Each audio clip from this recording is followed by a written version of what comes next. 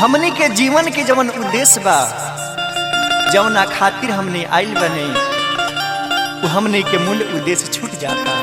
ऐसे भगवान के गुणगान ही हमने के सहारा बा।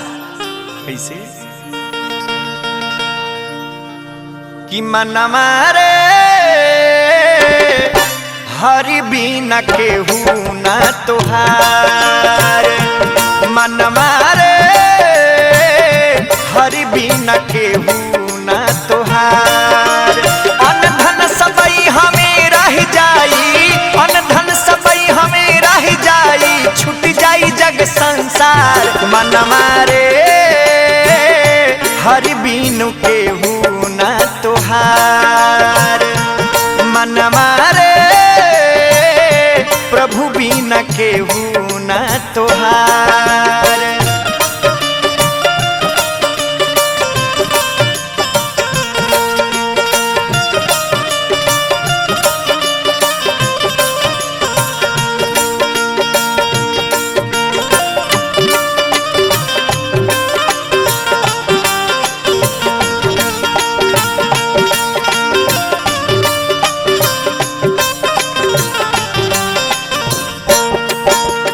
जीवन के जंजाल बना करके रख लेला लोग, मूल उद्देश्य छूट जाला।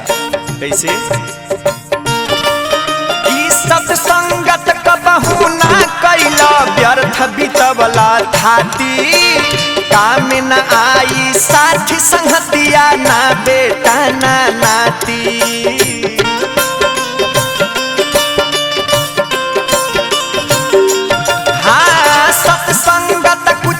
ना कैला व्यर्थ बितवला थाती, काम न आई है साथी संगतिया, ना बेटा ना नाती। ऐसन सुनर नर तन पाके, ऐसन सुनर नर तन पाके, कैली हला बेकार।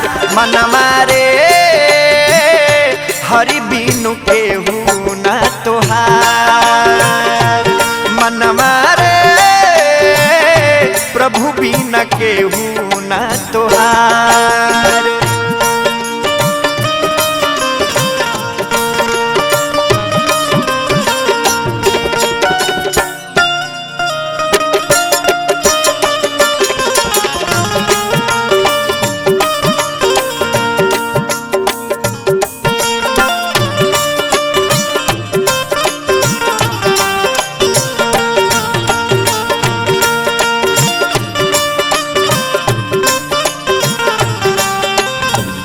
अब हो कुछ बिगड़ल नहीं भैया, अभी भी बन सकता।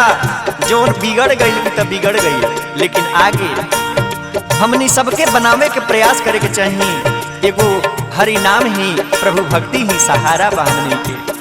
कैसे कि अब हो से कुछ सोच कराना, बदला मन के नीति, कुछ समय निकाला काला, प्रभु श्री राम से प्रीति।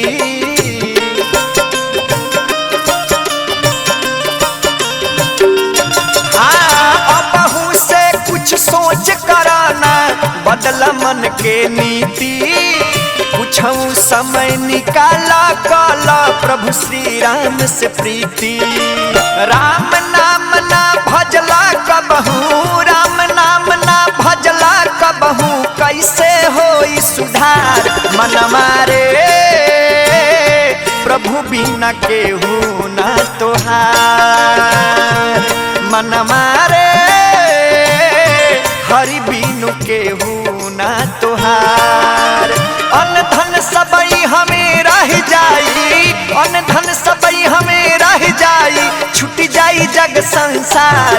मनवा रे हरि बिनु केहू ना तोहार, मनवा रे प्रभु बिनु केहू ना तोहार, मनवा रे हरि बिनु केहू ना तोहार।